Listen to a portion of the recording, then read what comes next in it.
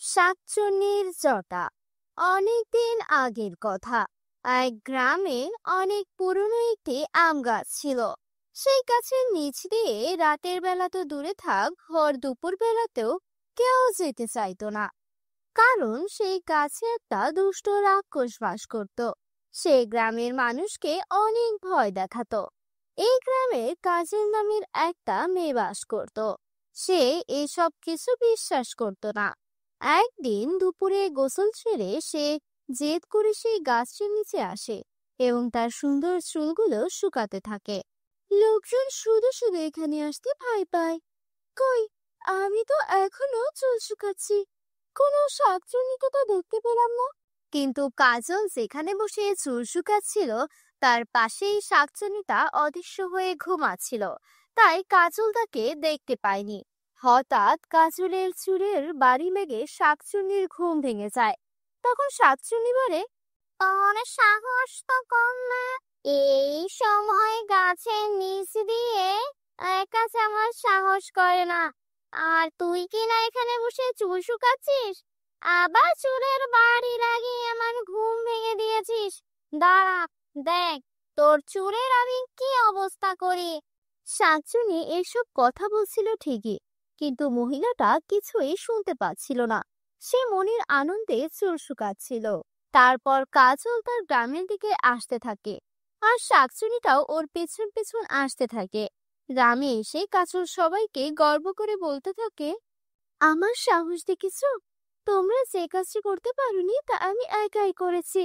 আমি তো কোনো শাকচুন্নিকে দেখতে পাইনি। আচ্ছা, ঠিক আছে, এবার তাহলে তুই মজা দেখ।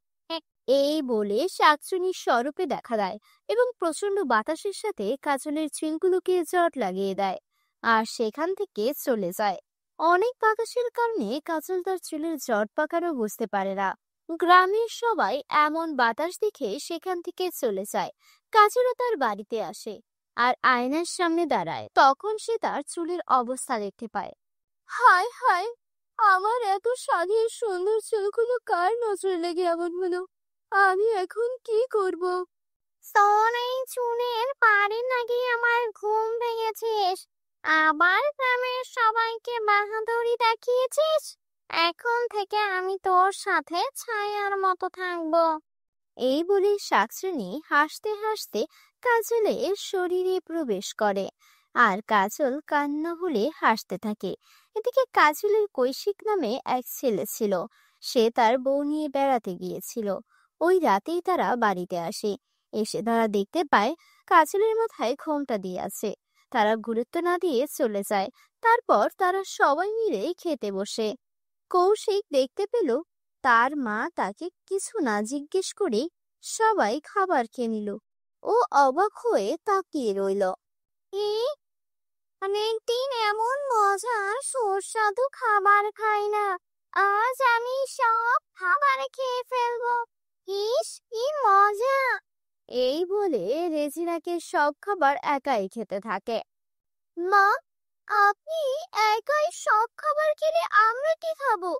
তার এই কথা শুনে কাজল খুব রেগে যায়, আর তাদের দিকে লাল লাল চোখ বানিয়ে তাকিয়ে থাকে আর বলে, এই, তোরা এতদিন অনেক খেয়েছিস, এখন সব খাবার আমি খাবো। বেশি খেলে তোরা অনেক মোটা হয়ে যাবে। আর শোন, বেশি কথা বলবি না, তাহলে তোদের ঘাড় মটকে নেব। এই কথা শুনে কৌশিক ও তার বউ অনেক ভয় পায়। তারপর তারা শুয়ে শুয়ে ভাবতে থাকে তাদের মায়ের কি হলো। ঘুরতে যাওয়ার আগেও তো মা একেবারে ভালো ছিল, এখন মায়ের কি হলো যে এমন আচরণ করছে। এই ভেবে কৌশিক ঘুমিয়ে পড়ে। পরদিন সকালে সে তার এক প্রতিবেশীকে জিজ্ঞেস করে, আমরা যখন বাড়ি ছিলাম না তখন কি আমাদের বাড়িতে কিছু হয়েছিল?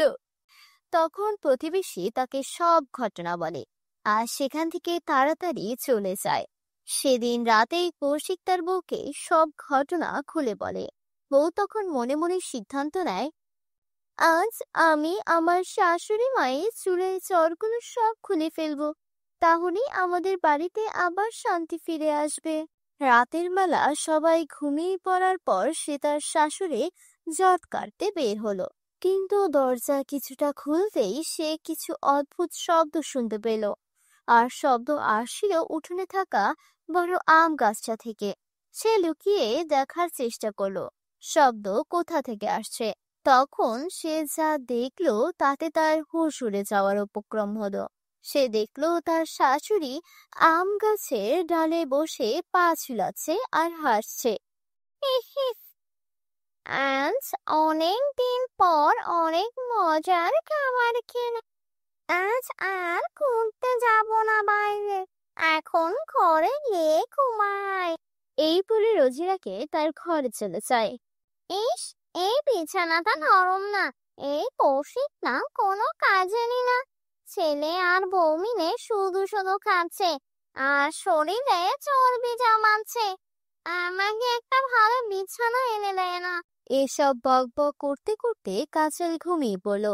এদিকে শাশুড়ির এসব কাজ কারখানা দেখে বউয়ের সন্দেহ আরো তীব্র হলো। সে নিশ্চিত তার শাশুড়ির উপর কোন শাকচুন্নি ভর করেছে। সে ভাবলো যত তাড়াতাড়ি সম্ভব শাশুড়ির জড়গুলো কেটে দিতে হবে, তাহলে শাকচুন্নির হাত থেকে রেহাই পাওয়া যাবে। সে আর দেরি না করে শাশুড়ির জড়চুনগুলো কেটে দিল। সাথে সাথে শাশুড়ি চিৎকার করে বলে উঠল, ওই আমার চুল কেটে দিলি, ও তো সাহস কম। না না, তোকে মজা দেখাচ্ছি। এদিকে বউ দৌড়ে ঘর থেকে বেরিয়ে এলো আর শাকচুনি কাজলের শরীর থেকে বেরিয়ে এসে কৌশিকের শরীরে প্রবেশ করলো। আর এইদিকে বউ দৌড়ে এসে কৌশিকের ঘরে প্রবেশ করে খাটে বসলো। এই যে শুনছো, আমি মায়ের চুল কেটে দিয়েছি। ওই শাকচুনি এখন এখান থেকে চলে গেছে। এখন আমরা আবার শান্তিতে থাকতে পারবো। তুই আমার মায়ের চুল কেটে দিয়েছিস আর সেই কথা আমাকে বলছিস? তারা তোকে দেখাচ্ছি মজা। এই বলে সে বিছানার উপরে উঠে বসলো। কিন্তু এই বিছানা ছিল অনেক নরম ও তুলতুলে, তাই সে আরাম পেয়ে লাফাতে লাগলো। আহ, কি আরাম! এই বিছানাটা কত নরম। আজ থেকে আমি এই বিছানাতেই থাকবো। কিন্তু তোকে তো এখানে থাকতে দেওয়া যায় না। এই বলে সে তার বউকে খাট থেকে ধাক্কা দিয়ে ফেলে দিল আর সে নরম বিছানায় ঘুমিয়ে পড়লো।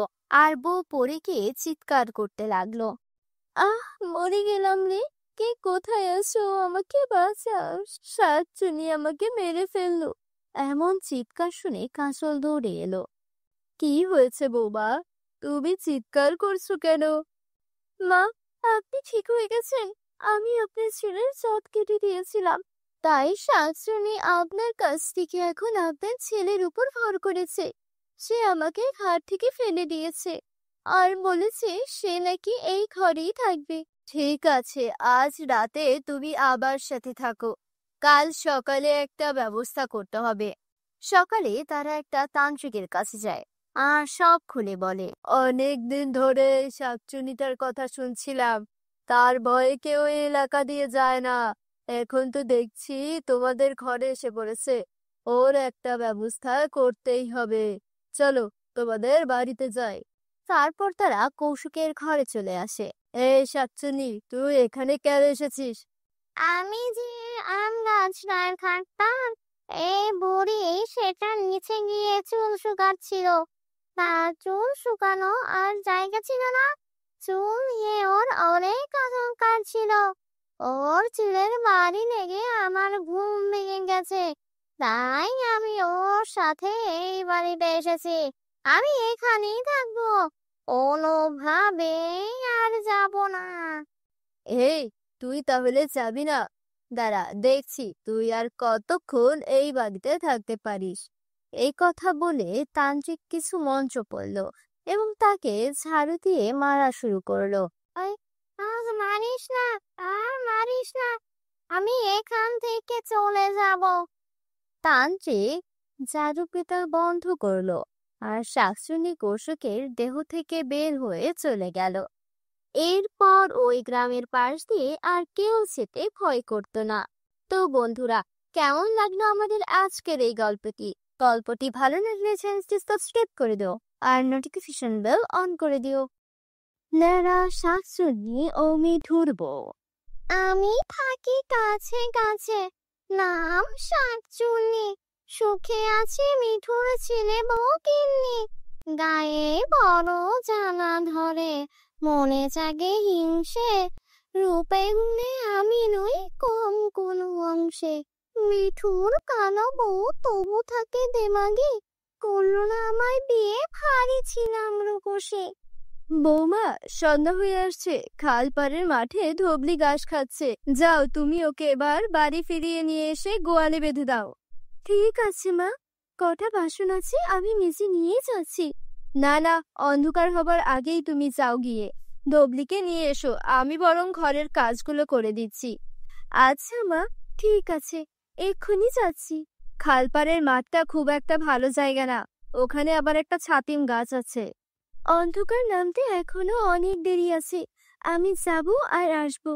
তুমি চুলটা শক্ত করে বেঁধে নাও, খোলা চুলে সেখানে গেলেই যে তিনি। হায় আল্লাহ, তুমি সাবধানে যেও বৌমা। বেশি দেরি হবে না মা, আমি ধবলিকে নিয়েই চলে আসব।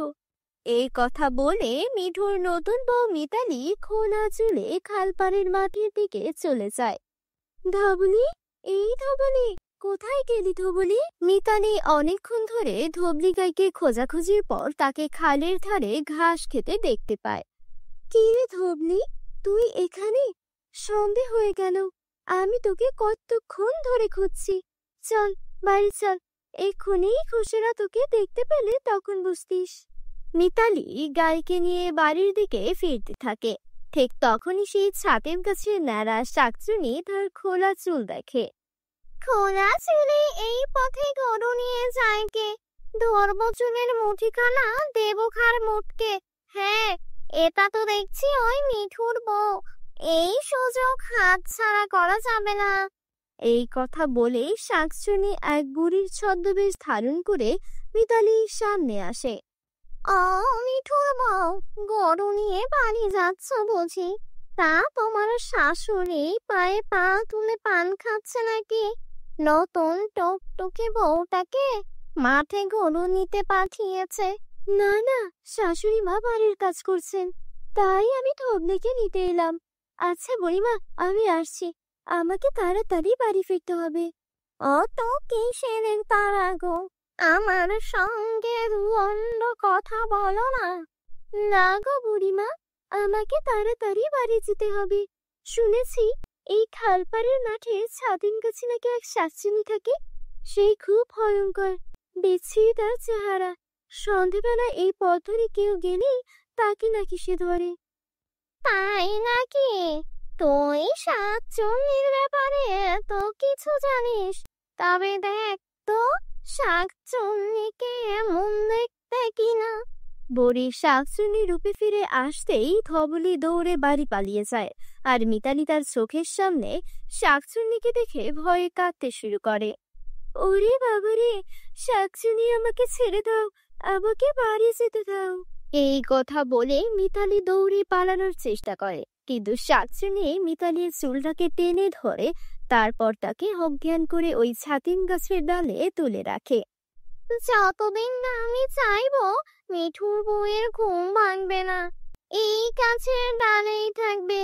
এবার আমি মিঠুর ঘরে সুখে সংসার করবো। বন্ধুরা, তোমরা যারা যারা গল্পটি দেখছো, তোমাদের নাম কমেন্ট বক্সে কমেন্ট করে জানাও, কারণ তোমাদের নাম দিয়েই তৈরি হবে আমাদের পরবর্তী কার্টুন ভিডিও। এরপর শাকচুনি মিতালির রূপ ধারণ করে মিঠুর বাড়িতে দিকে রওনা হলো। ওদিকে শাশুড়ি হারিকেন দিয়ে বৌমাকে খুঁজতে খুঁজতে খানিকটা পথ এগিয়ে যেতেই বৌমার দেখা পায়। কি গো বৌমা, এতক্ষণ কোথায় ছিলে? ধবলিকে একা ফিরে আসতে দেখে চিন্তায় আমার হাত পা হিম হয়ে যাচ্ছিল। পথে তোমার কোনো অসুবিধা হয়নি তো?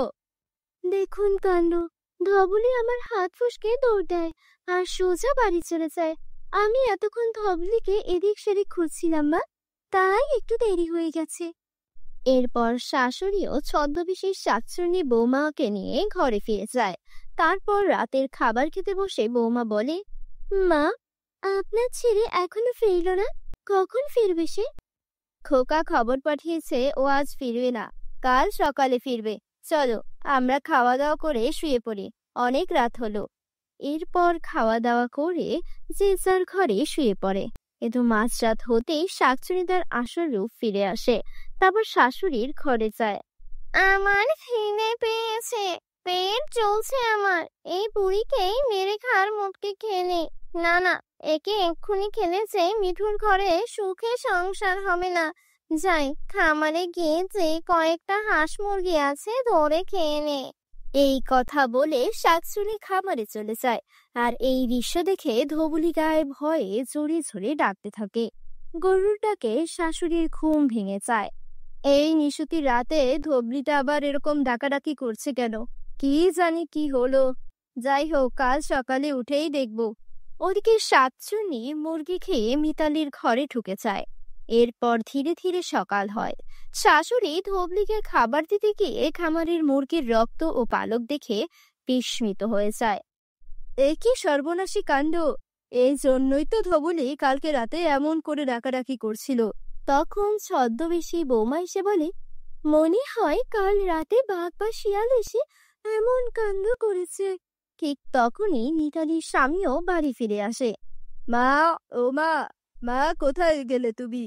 মিঠুকে দেখে মিতালির ছদ্মবেশী শাকচুন্নি বলে, কি গো, এই তোমার ফেরার সময় হলো? কতক্ষণ আমি তোমাকে দেখিনি। কি সুন্দর লাগছে তোমাকে। চলো ঘরে চলো, তোমাকে জল দিয়ে বাতাস করি। মা, তোমার বৌমার মাথাটা গেল নাকি? হঠাৎ করে এত আদিক্ষেতা কেন করছে? ধুর, তুমিও না। আমার স্বামীর যত্ন আমি করব না তো কে করবে শুনি? আগে তো কখনো এমন করতে দেখিনি, তাই আর কি। যাই হোক, আমি ধবলিকে খালের পাড়ে মাঠে বেঁধে দিয়ে আসি। এই কথা বলে মিঠু ধবলিকে নিয়ে খাল পাড়ে মাঠের দিকে চলে যায়। ঠিক তখনই আকাশে কালো মেঘ জমান পিঠে মুষলধারে বৃষ্টি শুরু হয়। বৌমা, বৃষ্টিতে তো রান্না করার সব কাঠ ভিজে গেল গো। এবার কি করে রান্না হবে? আপনি কোনো চিন্তা করবেন না মা, আপনি ঘরে কি আরাম করুন, আমি সব ব্যবস্থা করে ফেলছি। শাশুড়ি নিচের ঘরের দিকে চলে যায়। আর এদিকে রান্নাঘরে শাকচুন্নি নিচের রূপে এসে জাদু করে রান্নাঘরে সমস্ত কাজ করতে থাকে। এবার শুধু উনুন জ্বালাতে হবে, কিন্তু কাঠগুলো তো ভিজে গেছে। এখন কি করি? বৌমা একা একা কি করছে কি জানি, যাই গিয়ে একটু সাহায্য করি। শাশুড়ি রান্নাঘরে ঢুকতেই যাবে, তখন দেখে যে রান্নাঘরের ভিতরে বৌমা নেই, আছে এক শাকচুন্নি। এ কি দেখছি আমি, বাড়িতে যে শাকচুন্নি বাসা বেঁধেছে, কিন্তু বৌমা গেল কোথায়? খোকা ফিরে এলে সব বলতে হবে। ওদিকে মুষলধারে বৃষ্টির জন্য মিঠু ধবলিকে নিয়ে ওই ছাতিম গাছের নিচে দাঁড়িয়ে আছে। এ কি বৃষ্টি হচ্ছে রে বাবা! ধবলি, তোর আজ আর ঘুরে ঘুরে ঘাস খাওয়া হলো না। বৃষ্টি থামলেই আমরা বাড়ি ফিরে যাব। শাকচুন্নি জাদুর কারণে গাছের ডালে থাকা মিতালিকে সে দেখতে পায় না। এরপর বৃষ্টি থামলে ধবলিকে নিয়ে মিঠু বাড়ি ফিরে আসে। খোকা, শিগগিরই এদিকে দেখবি আয়। রান্নাঘরে কে? মিঠু রান্নাঘরে দেখে সে এক ডাইনি রান্না করছে। কাল সন্ধেবেলা তোর বউ ধবলিকে খালের পাড়ের মাঠ থেকে আনতে গিয়েছিল। তারপর মিঠুকে তার মা সমস্ত ঘটনা খুলে বলে। বাবা, তুই এক্ষুনি ওঝাকে ডেকে নিয়ে আয়, না জানি তোর আসল বউ এখন কোথায়। ঠিক আছে মা, আমি এক্ষুনি ওঝা ডেকে নিয়ে আসছি। মিঠু বেরোতে যাবে, ঠিক তখনই ছদ্মবেশী ডাইনি এসে সেখানে বলে, কি গো, তুমি আবার কোথায় যাচ্ছ? দু দণ্ড দাঁড়াও না, একটু তোমাকে দেখি, তোমার সাথে কথা বলি। মায়ের গলাটা ব্যথা, শরীর খারাপ, আমি ডাক্তার ডাকতে যাচ্ছি। ডাক্তার ডাকবে কেন? আমি মায়ের হাত পা গলাটা টিপে দিচ্ছি, সব ব্যথা সেরে যাবে। মিঠু বাড়ি থেকে বেরিয়ে সোজা ওঝার কাছে যায়। ওঝাকে সমস্ত ঘটনা খুলে বলে। তারপর ওঝাকে নিয়ে বাড়িতে ঢুকতেই শাকচুন্নি টের পেয়ে যায়। তখনই ওঝা ওমহিং শাকচুন্নি বন্দী হয়ে যা চটপট এই বলে ছদ্মবেশী মিতালিকে বন্দী করে ওঝার জাদুতে। শাকচুন্নিও তার আসল রূপে ফিরে আসে। ছেড়ে দে, ছেড়ে দে বদমাশ! তখনই ওঝা শাকচুন্নির ওপর আরেক জাদু দিয়ে আঘাত করে। এ বাড়ির বউকে তুই কোথায় লুকিয়ে রেখেছিস বল? তাকে ফিরিয়ে দে, আর তুই এই গ্রাম ছেড়ে চলে যা। আমি ওকে ওই ছাতিম গাছে ঘুম পাড়িয়ে তুলে রেখেছি। আমি মিঠুর বউকে এক্ষুনি এনে দিচ্ছি। ছেড়ে দে আমায়, ছেড়ে দে। এই কথা বলে শাকচুন্নি মিতালিকে জাদু করে বাড়িতে এনে দেয়। তারপর ওঝা শাকচুনিকে মুক্ত করতেই শাকচুনি উড়ে এই গ্রাম ছেড়ে অনেক দূরে চলে যায়। বন্ধুরা, তোমরা যারা যারা গল্পটি দেখেছো তোমাদের নাম কমেন্ট বক্সে কমেন্ট করে জানাও, কারণ তোমাদের নাম দিয়ে তৈরি হবে আমাদের পরবর্তী কার্টুন ভিডিও। ভিডিওটি ভালো লেগে থাকলে চ্যানেলটিকে সাবস্ক্রাইব করে দিও। মোরুলের রাক্ষসী বউ। এই তান্ত্রিক, এই অসময় তুই আমাদের ডেকেছিস কেন? তোর কি মরণের ভয় নেই? যখন তখন তুই আমাদের ডাকিস, ঘর থেকে তোর ঘাড় আলাদা করে দিব কিন্তু। না, তোমরা রাগ করো না, আমি তোমাদের খুশি করব। আমাদের নাকি খুশি করবে? বেশ, তবে বল কেন ডেকেছিস আমাদের? আমি পৃথিবীর সবচেয়ে শক্তিশালী তান্ত্রিক হতে চাই, দয়া করে তোমরা আমাকে সাহায্য করো। শখ দেখে বাঁচি না, এই পেতনি দেরি না করে ওর ঘাড়টা মুটকে দিত। ওর সাহস অনেক বেড়ে গেছে। আহা, তোমরা রেগে যাচ্ছ কেন? বললাম তো আমি তোমাদের খুশি করব। তোমরা যা চাইবে আমি তোমাদের তাই দিব। সত্যি বলছিস? যা চাইবো তাই দিবি? হ্যাঁ, সত্যি বলছি। বলো কি চাও তোমরা? 10টা 5 থেকে 10 বছরের বাচ্চা চাই।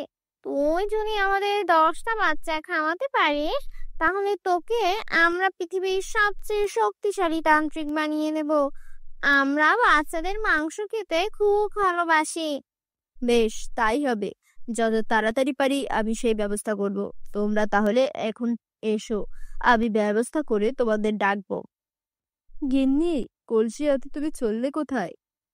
কুয়া থেকে পানি আনতে যাচ্ছি। সে কি কথা? আমার লেটেল থাকতে তুমি পানি আনতে যাবে কেন? পানি আনা তো অজুহাত মাত্র। আসলে সকালে কুয়ার ধারে গ্রামের সবাইকে আমার ক্ষমতা দেখাতে চাই। বুঝতে পেরেছি, তুমি যে গ্রামের মোড়লের বউ তাই দেখাতে যাও। হ্যাঁ, আসি আমি। এই লেটেল, হিসাবগুলো নিয়ে আয়। এত বড় গ্রাম, কিন্তু একটা মাত্র কুয়া। সকাল সকাল পানি নিতে এলেও বেলা গড়িয়ে যায়। সে কথা ঠিকই বলেছেন ভাবি, এত সকাল সকাল পানি নিতে এসে তবুও দেখি লম্বা লাইন পড়ে গেছে। কে জানে কখন আমাদের সময় আসবে। ওদিকে বাড়ির সব কাজ ফেলে রেখে এসেছি। বাড়ি গিয়ে সকালের কাজ শেষ করতেই দুপুর হয়ে যায়। ওই, সবাই সরে যাও, আমি পানি নেব। এই যে এসেছে একজন, গ্রামের মোড়লের বউ হয়ে যেন সকলের মাথা কিনে নিয়েছে। সেই কোন সকালে এসে দাঁড়িয়ে আছি, আমরা পানি নিতে পারছি না, আর উনি সবার শেষে এসে কিনা এখন আগে পানি নিবে। হ্যাঁ, মোড়লের বউ হয়ে মাথা কিনে নিয়েছি। ক্ষমতা থাকলে তোমরাও কিনে দেখাও। এই সরো সবাই। দেখলে ভাবি, প্রতিদিন এসে এভাবে পানি নিয়ে চলে যায়, আর দিমাগ দেখিয়ে যায়। সে তো দেখাবেই, ফকিরের ঘর থেকে গিয়ে মোড়লের ঘরে উঠেছে কিনা। ভালো বাড়ির মেয়ে হলে আর এমন করতো না। চল, আমরা পানি নিয়ে বাড়ি চলে যাই, অনেক কাজ পড়ে আছে। পরের দিন সকালে সবাই আবারও কুয়ার ধারে লাইন ধরে দাঁড়িয়ে রইল। এমন সময় মোড়লের বউ আসে। ওই দেখ, চলে এসেছে মোড়লের বউ। আমাকে দেখে মুখ কালো বানানো, তারাও দেখাচ্ছি মজা। এই বলেই মোড়লের বউ ওই মহিলার গায়ে ধাক্কা লাগিয়ে চলে যায়। চোখে দেখতে পান না নাকি এভাবে কেউ কাউকে ধাক্কা দেয়? মোড়লের বউকে দেখে সম্মান করে সরিয়ে দাঁড়ালে এভাবে ধাক্কায় খেতে হবে। তার চেয়ে বড় কথা, তোদের মতো গরিবদের তো এটা যেন খুশি হওয়া দরকার যে মোড়লের বউ তাদের গায়ে ধাক্কা দিয়েছে। সর, এখন আমাকে পানি নিতে দে। দেখলে ভাবি, আজও এসে আগে আগে পানি নিয়ে চলে গেল, আবার অপমানও করলো। একে আর ছাড়া যাবে না। আচ্ছা, মোড়ল তো বিয়ে করেছে, অনেক দিন হয়েছে, কিন্তু ওদের এখনো বাচ্চা হলো না। এটা তো তুমি ঠিক বলেছো, এই কথা তো আমার মাথায় আসেনি। কাল আবার আসতে দাও ওকে, তারপর মজা দেখাবো। কি বউ, তোমার এমন রাগে ফুঁসতে ফুঁসতে বাড়ি ফিরলে যে, কি হয়েছে তোমার? তার রাখবো না, ওই মোড়লের বউ প্রতিদিন পরে এসে আগে পানি নিয়ে যায়। আজকে আবার গায়ে ধাক্কা দিয়েছে, সাথে অপমানও করেছে। মোড়লের বউ বলে ওর খুব দেমাক, সবার সাথে খারাপ ব্যবহার করে। ওসব মানুষের ব্যবহারে কষ্ট পেও না, আল্লাহ ওদের বিচার করবেন। এই তান্ত্রিক, তুই আমাদের আশা নিয়েছিলি ছোট্ট বাচ্চাকে হবি, এখন তোর কোনো খবর নেই কেন? আমি চেষ্টা করছি, ব্যবস্থা করতে পারলেই তোমাদের জানাবো। মনে রাখিস, বাচ্চা না পেলে তোকে চিবিয়ে খাবো আমরা। এই বলে শাকচুন্নি সেখান থেকে চলে যায়। খুব তাড়াতাড়ি আমাকে একটা ব্যবস্থা করতেই হবে, না হলে ওরা আমাকে ছাড়বে না। ভাবি, আমরা তো অনেক কিছু পরিকল্পনা করে এসেছি, কিন্তু ওর মোড়লের বইয়ে তো আজ দেখাই পাচ্ছি না। আর একটু অপেক্ষা করো, ঠিক চলে আসবে। মানুষকে চালানোর বিষয়ে সে পিছিয়ে থাকবে না। কাল ওদের চালিয়ে বেশ মজা পেয়েছি, আজ আরো একটু চালিয়ে আসি। মোড়লের বউকে দেখে হিংসা করার শখ ওদের মিটিয়ে দিব। ওই দেখ, বলতে বলতে চলে এসেছে। আজও বুঝবে মজা। আমাদের অপমান করার শখ আজ ওকে আমি দেখাবো। দাঁড়াও, বলছি ওকে শুনিয়ে শুনিয়ে। আচ্ছা ভাবি, একটা কথা বলো তো, আমাদের পরের আগেই তো গায়ের মোড়ল মশাই বিয়ে করেছেন। আমাদের তো ছেলে মেয়ে হয়ে তারা বড়ও হয়ে গেছেন, কিন্তু মোড়লের তো এখনো একটা ছেলে মেয়েও হলো না। সেটাই তো। মোড়ল কি তবে বুড়ো বয়সে পাপ ডাক শুনবে নাকি? এই জীবনে শুনবেই না। শুনবে শুনবে, আরো একটা বিয়ে করলেই শুনবে। এই সব শুনে মোড়লের বউ সেখান থেকে চলে যেতে থাকে। এ কি, মোড়লের বউ পালাচ্ছেন কেন? মোড়লের বউ, পানি না নিয়েই পালাচ্ছ কেন? পানি নিয়ে যাও, উচিত শিক্ষা হয়েছে। আর চল, আমরা পানি নিয়ে বাড়ি যাই। বন্ধুরা, তোমরা যারা যারা গল্পটি দেখছো, তোমাদের নাম কমেন্টে লিখে জানাও। আমরা নেক্সট গল্প তোমাদের নাম দিয়ে বানাবো। গিন্নি, কি হয়েছে তোমার? এভাবে কাঁদতে কাঁদতে কোথা দিকে এলে তুমি? কি হয়েছে তোমার, আমাকে বলো। আমাদের যে সন্তান নেই, সেটা নিয়ে গ্রামের সবাই আমাকে কথা শোনাচ্ছে। তুমি এত মন খারাপ করো না গিন্নি। আমরা তো ডাক্তার দেখাচ্ছি, খুব তাড়াতাড়ি আমাদের সন্তান হবে। তুমি ওসব নিয়ে চিন্তা করো না। তুমি আমাকে আর মিথ্যা সান্ত্বনা দিও না। ওরা বলেছে তুমি আরেকটা বিয়ে করলে তবেই নাকি তোমার সন্তান হবে। ওসব তোমাকে রাগানোর জন্য বলেছে। তুমি ওদের কথায় কান দিও না। আমি তোমাকে দরকার হলে শহরে নিয়ে যাবো, সেখানে সবচেয়ে বড় ডাক্তার দেখাবো। মোড়ল মশাই যদি অভয় দেন, আমি আপনাকে একটা কথা বলতে চাই। কি কথা বলো? আপনি তো জানেন গিন্নির সন্তান হবে না, কতই তো চিকিৎসা করাবেন। আর আপনারও তো বয়স বাড়ছে, তার চেয়ে ভালো সময় থাকতে আপনি আরেকটা বিয়ে করে নিন। তুই আবার অনেক কাছের মানুষ, তাই এ কথা শুনে আমি তোকে কিছু বললাম না। কিন্তু আর কোনোদিন যদি এমন কথা উচ্চারণ করিস, তবে আমি তোকে দেখে নেব। আমার গিন্নিকে আমি অনেক ভালোবাসি। মাফ করবেন মোড়ল মশাই। পরদিন সকালে গ্রামের সবাই মহিলারা আবার পানি আনতে যাচ্ছে। কাল মোড়লের বউকে অপমানে শোধ দিতে পেরে খুব মজা পেয়েছি। যদি আজ আবার আসে, তবে আজকেও তাকে অপমান করব। ঠিক আছে, চলো। কই, সে তো আর এলো না। কাল যে অপমান হয়েছে, আসবে কি করে? তা যা বলেছ, তবে সে না আসলে আমরা যাব। তারপর তারা দুইজন মিলে মোড়লের বাড়িতে যায়। এ কি, আমার বাড়িতে তোমাদের কি চাই? কালকের ব্যবহারের জন্য ক্ষমা চাইতে এসেছো নাকি? নিশ্চয়ই। ক্ষমা চাইতে কেন আসবো? আমরা কি ভুল কিছু বলেছি? আমরা তো এসেছি আপনাকে দেখতে। যে মোড়লের বউ প্রতিদিন আসে, সে আজ এলো না, কিছু হলো কিনা তাই দেখতে এলাম। আমি তো ভাবলাম এদিকে আবার মা হয়ে গেল কিনা। তা আসি। আপনি তো দেখি ঠিকই আছেন। এই চল। গিন্নি, ওরা এসেছিল কেন? আর তুমি এবার কাঁদছো কেন? ওরা কাল ওখানে অপমান করেও থামেনি, আজ বাড়িতে এসে আবারও আমাকে অপমান করে গেছে। এই অপমান আমি আর সহ্য করতে পারছি না। তুমি কিছু করো, না হলে আর আমাকে বাঁচাতে পারবে না। ঠিক আছে, দেখি কি করা যায়। তুমি ঘরে যাও। তারপর মোড়ল মন খারাপ করে বসে থাকে। তখন লিটল বলে, মোড়ল মশাই, আমি একজন তান্ত্রিকের খোঁজ জানি। অনেক বড় তান্ত্রিক, অনেক অসাধ্যকে সাধন করতে জানে। আপনি একবার গিন্নিকে নিয়ে তার সাথে দেখা করে আসুন। ঠিক আছে, তবে তাই করব। কালই সেখানে যাব আমরা। গিন্নি, তুমি কেঁদো না, আমরা কাল তান্ত্রিকের কাছে যাব। দেখবে আমাদের সব সমস্যার সমাধান হয়ে যাবে।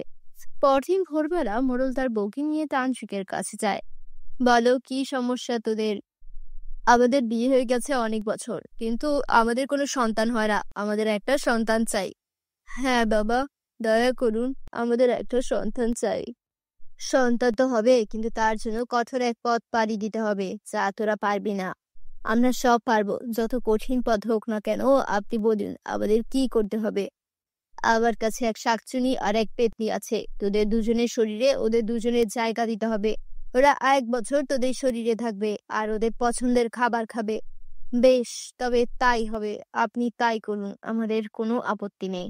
বেশ, আমি তাহলে ওদের ডাকছি। তবে মনে রাখিস, ওরা যা খেতে চাইবে তাই খাবে। এতে তোদের অসুবিধা হলেও আমার আর কিচ্ছুই করার থাকবে না। আমি কিন্তু আর ওদের ফেরাতে পারবো না। আমরা চলে এসেছি। বেশ, তাহলে এবার ওদের শরীরে মিশে যা। তারপর শাকচুনি আর পেতনি ওদের দুজনের শরীরে মিশে যায়। তারপর তারা নিজেদের গ্রামের দিকে রওনা হয়। সন্ধ্যা নেমে এসেছে। বন্ধুরা, তোমরা যারা যারা গল্পটি দেখছো তোমাদের নাম কমেন্ট বক্সে কমেন্ট করে জানাও, কারণ তোমাদের নাম দিয়ে তৈরি হবে আমাদের পরবর্তী কার্টুন ভিডিও।